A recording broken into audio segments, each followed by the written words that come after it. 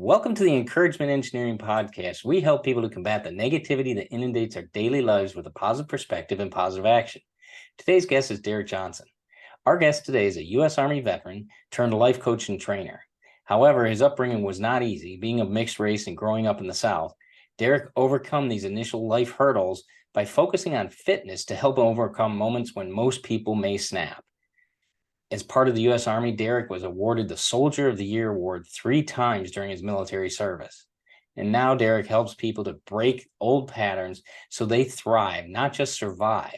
He has been able to help over 500 clients and 50 companies go from just surviving to thriving. So please welcome to the show, Derick Johnson. Derick, thank you for taking the time to be here today. I really appreciate it. Thanks for having me, Bob. It's a pleasure being here. Well, great. Well, let's tell people a little bit more about you, how you got to where you are, because that's an interesting little intro, and I want you to give the details. Yeah, for sure. I appreciate it. So growing up, I was an Army brat. My father's U.S. Army, 25 plus years. You could just imagine, black guy, 6'3". And then my mother was German, 5'4", 4.5. So both very hyper aggressive, very focused and professional and disciplined. So that was a blessing. So growing up, having both parents, they were up at 4 and 5 a.m. working out. That was just our lifestyle. I saw it, so I naturally got up early and trained as an athlete. So from the outside, successful parents, beautiful house in Florida. Mom is a private school teacher. Father's an officer in the Army. Cool house, screened in pool. Everything looked great. Kids are having good grades and all that. But in their personal life, they didn't get the help that they needed growing up or from their past traumas.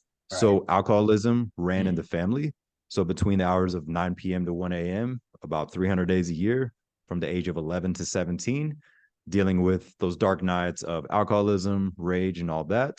But as a kid and as a teen, I don't know where this came from. I guess my faith or discernment, I would know that they weren't yelling or screaming at their son. They were looking through him and just projecting whatever was from their past, current, or whatever. So in those moments, I would harness that pain or confusion the first few times it happened, but I would become obsessed with stories that were way worse than mine.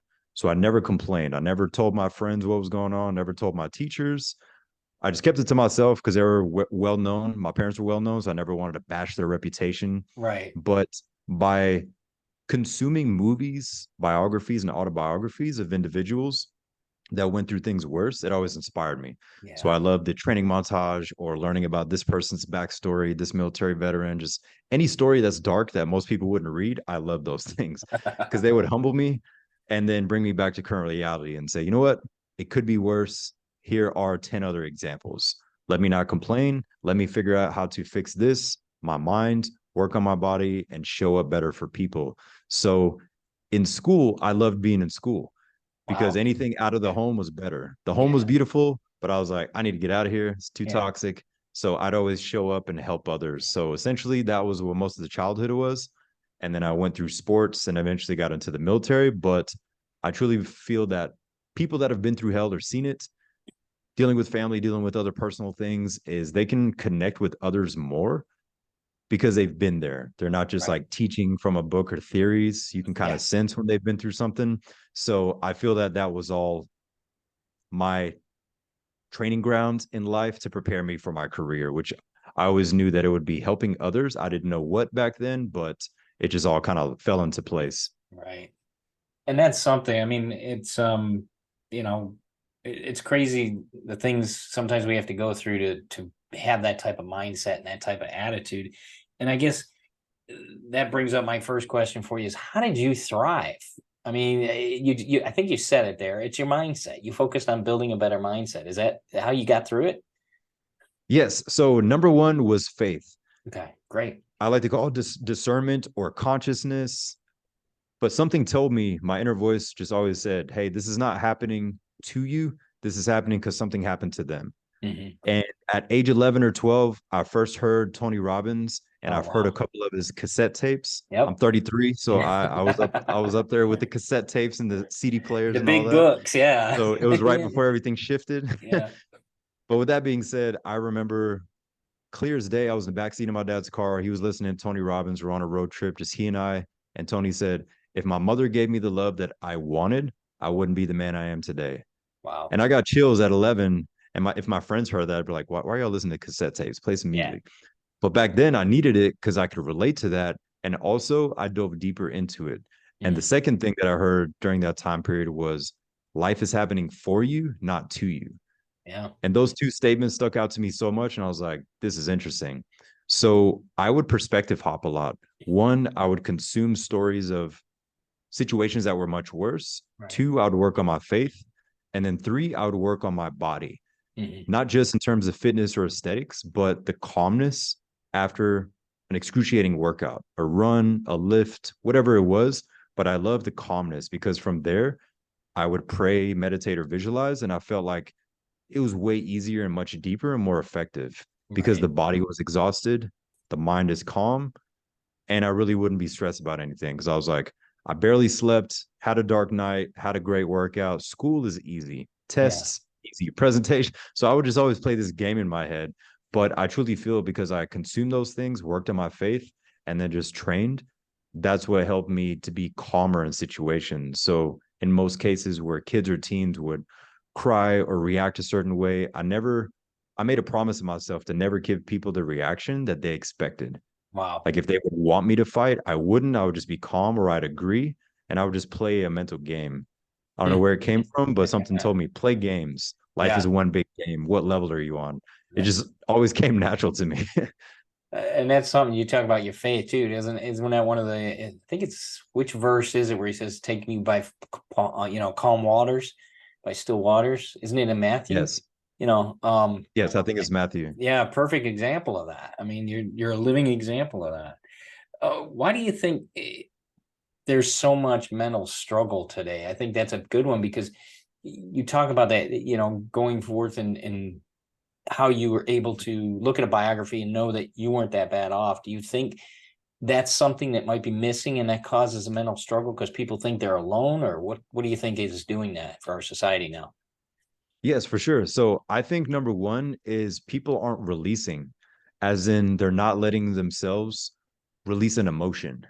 Okay. So as men, we're all told to suck it up, drive on, man up, whatever statement somebody hears, especially if you're from the South. You got the blue collar dad or the military dad are like, suck it up, don't be a little B.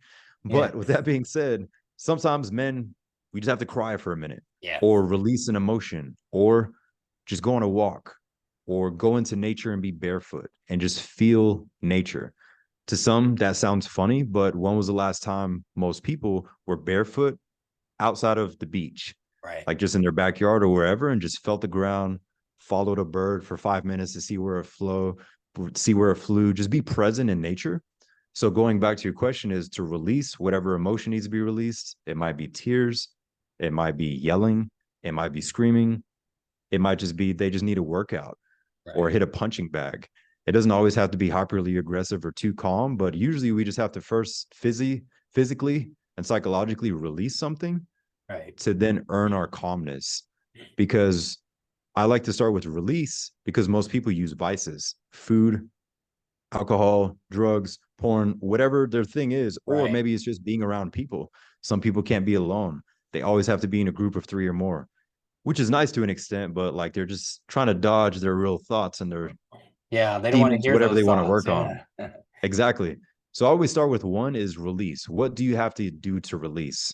And you can have a combination of things, but the whole intent is to release so you gain some control.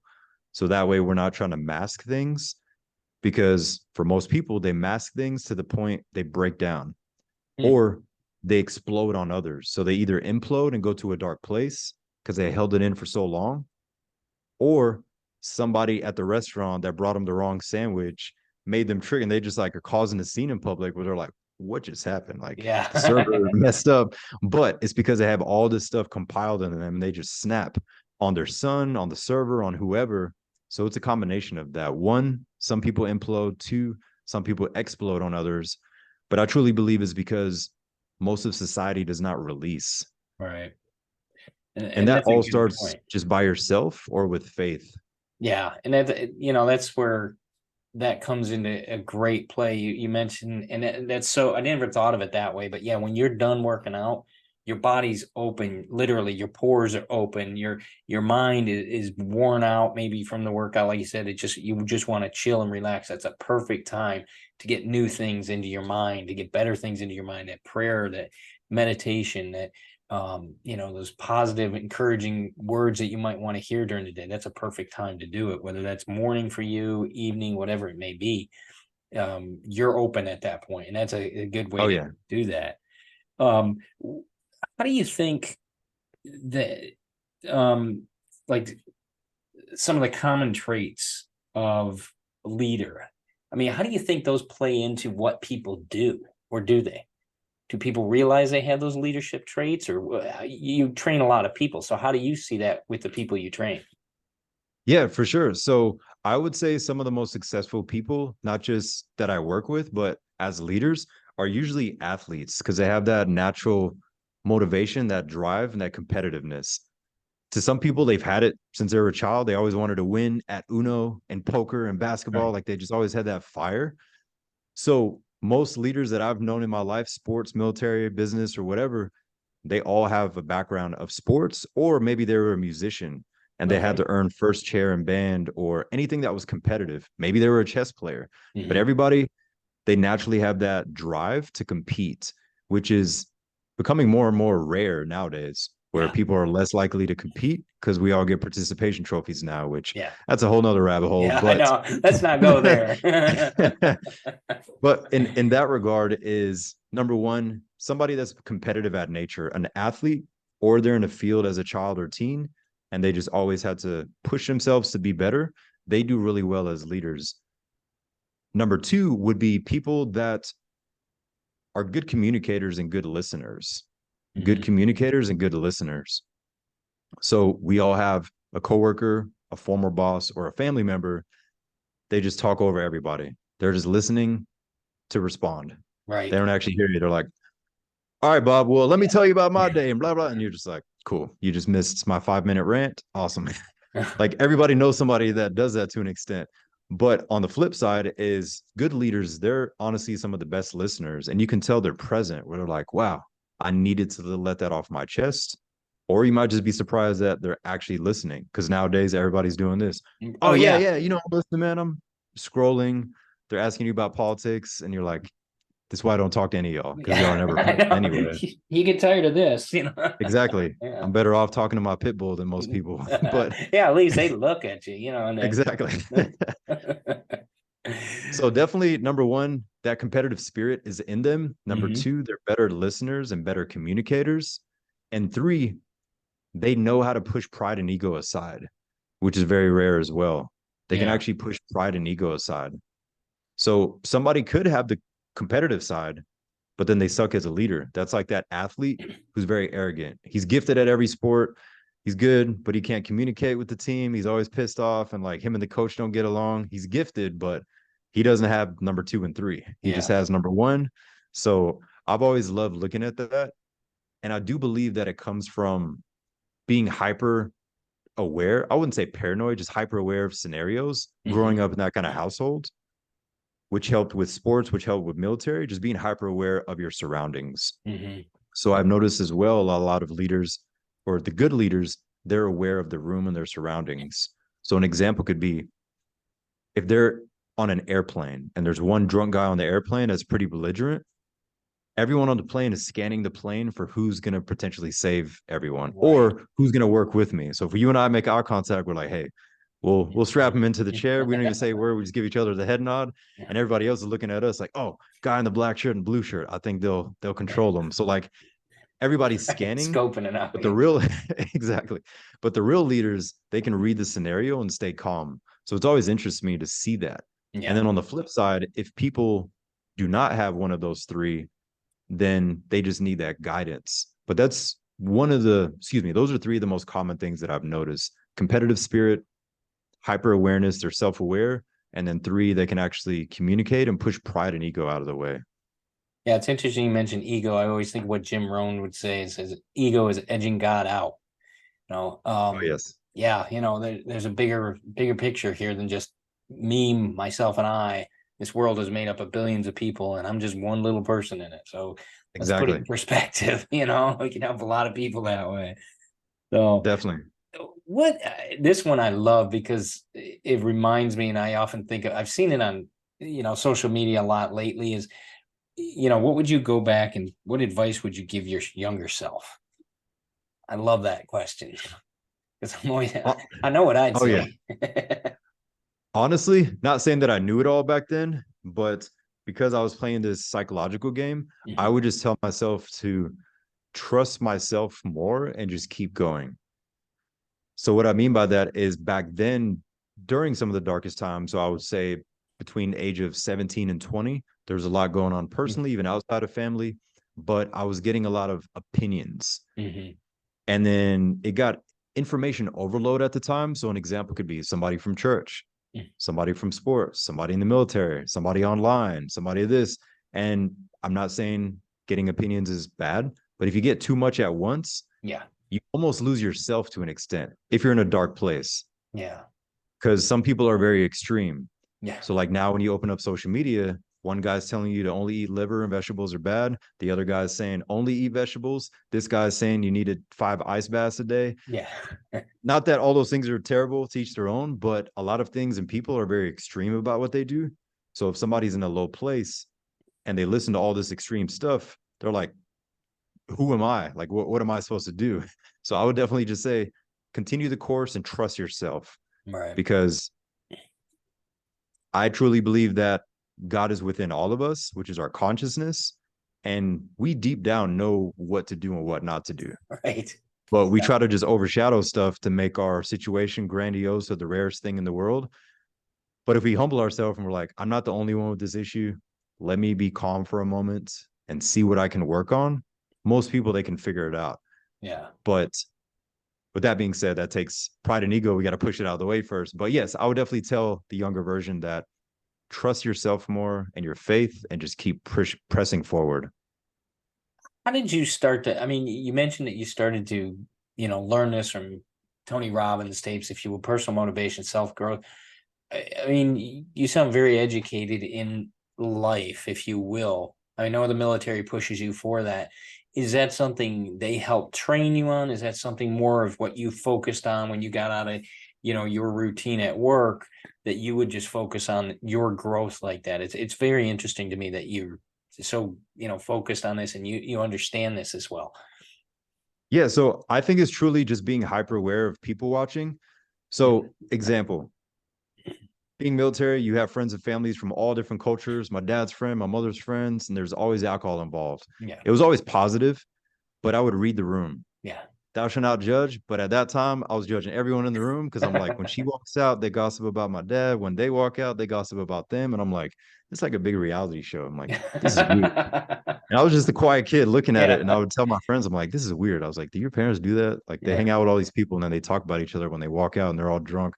And they're just like, man, I never thought about that. And I would just always be their DD. I was a designated driver Yeah. as a teenager. For my parents, I'd drive them everywhere. Yeah. And I mean, they're highly successful. They'd be up at 4 or 5 and working on their thing, but at night they would all party and all that.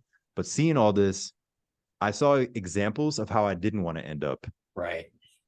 Yeah. And No, it's teach your own, but I was yeah. surrounded by it so much. I was like, Yeah. them and their friends, they have the money. Marriage, 50-50. Being a parent, showing love to a child when needed. Sometimes tough love is good, but I would just always look at it like that. So when I would see examples of how I don't want to be or generational curse, which I don't want to continue, or on a positive note, I would meet people where I was like, wow, he's in shape, he's married, he's a father, he does this, he speaks, he does that. Wow, this is unique. Yeah. You can actually Right. do that. So the more you see proof of people doing what you want to do, you're like, oh, you can do that. Yeah. You don't just have to be rich and a drug addict or an alcoholic. Like you can still be sober Yeah. and rich and Right. take care Yeah. of people and have faith. So it honestly was just one of those things of seeing the examples of somebody that I don't want to be like, and then learning Yeah. that. And then also on the flip side, seeing examples of good leaders that I do want to emulate and put my own twist on. So I would always go back to perspective hopping. Yeah. It started in my childhood. I would like look at stuff, zoom out to zoom back in. And I think it was just a defense mechanism when you're being yelled at by your mother, saying the darkest stuff like, to just be transparent, should have had an abortion, blah, blah, blah, blah. You hear that in your face like for years on end when they're drunk, and then the very next morning, like, hey, where do you want to go have lunch at? Right. And you're just like, Yeah. Yeah. what? Did you Yeah. forget those 3 hours last night? But it gets Yeah. to a point where you can tap out and kind of like be numb to the situations. Right. So I think that's all in a line with this. I was trained to perspective hop, where I'd never really be present during the sucky moments, Right. and I would tap into a higher self. So And that's, that's good because it helps you to know your value. I think that's critical with what you're saying. In our society today, people are going to do stuff like that. You don't know where they're coming from when they say stuff like that. It may be similar situations that you went through, but you got to understand people don't know you, but God knows you. God has given you power, your great ability. You can get through things, but you have to believe that too. It's what you play in your mind, and I think that you give a good example of how you overcome that. Yeah, that's being the youngest of children from a generation that my parents were older. They went through World War II. My dad lived through the Depression, etc. You knew that generation. They smoked, they drank, you saw that lifestyle. But as they got older, you realized maybe that wasn't so good for you. And you see the benefits of physical fitness. You see the benefits of not doing that stuff. Like you said, you can change your pages in your story by yes. deferring or deterring from what others have done. So Oh great yeah. example of that. I appreciate it. Yeah. Now it's interesting too, because looking at your webpage, you've got a ton of people that you've helped that through fitness and so forth, and the accolades and the recognition they give you. What type of mindset do you use to help people? I mean, you've shown some of it, but is it the military side where you're focus driven, or is it the personal side, understanding the benefit of a positive mindset? It's definitely personal related, Okay. as in their personality. So, example, some people are very into horoscopes, teach their own. I'm more so into communication styles, and I could read someone and tell what coaching or teaching process would fit them best. Right. As in, like, if somebody's in a very low place, I'm not going to go drill sergeant, suck it up, don't be a little beat. Like, that's needed to an extent with some people. Some people, they thrive off that. They're like, I just need a drill sergeant. Can you just be blunt and in my face? I'm like, cool. That's what we're going to do the next few weeks.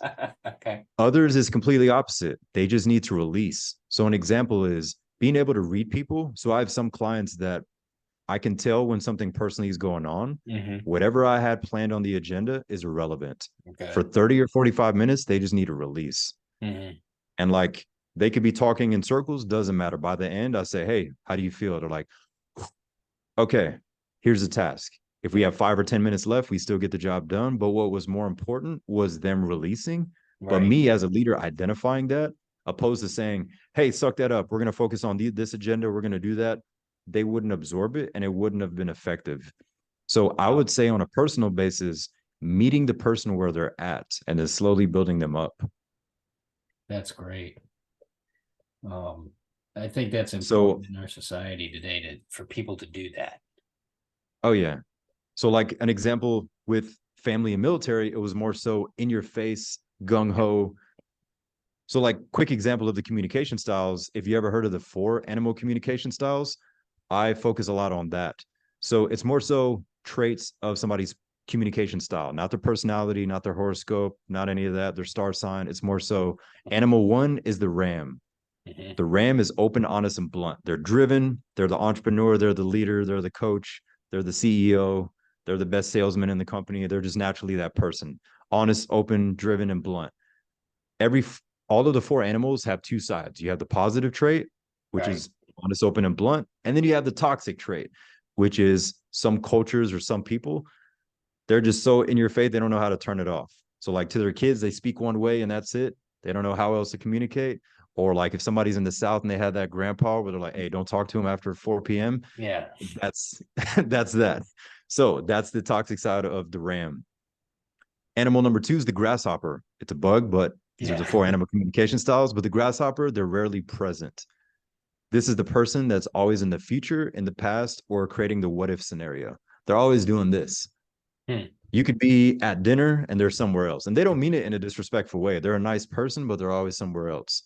If they don't do that, they talk in circles a lot because their mind drifts. And this Okay. person, you just have to pull them back to the present. You're like, hey, you started off with work, you ended up in your ex-marriage, you ended up here. Like, where are we going? And he's like, oh, sorry. Thanks for getting me back on track. That's the grasshopper. Number 3 is a combination, the turtle and the snapping turtle. Okay. The turtle, it goes back to they implode, they hold things in, they escape the uncomfortable conversation.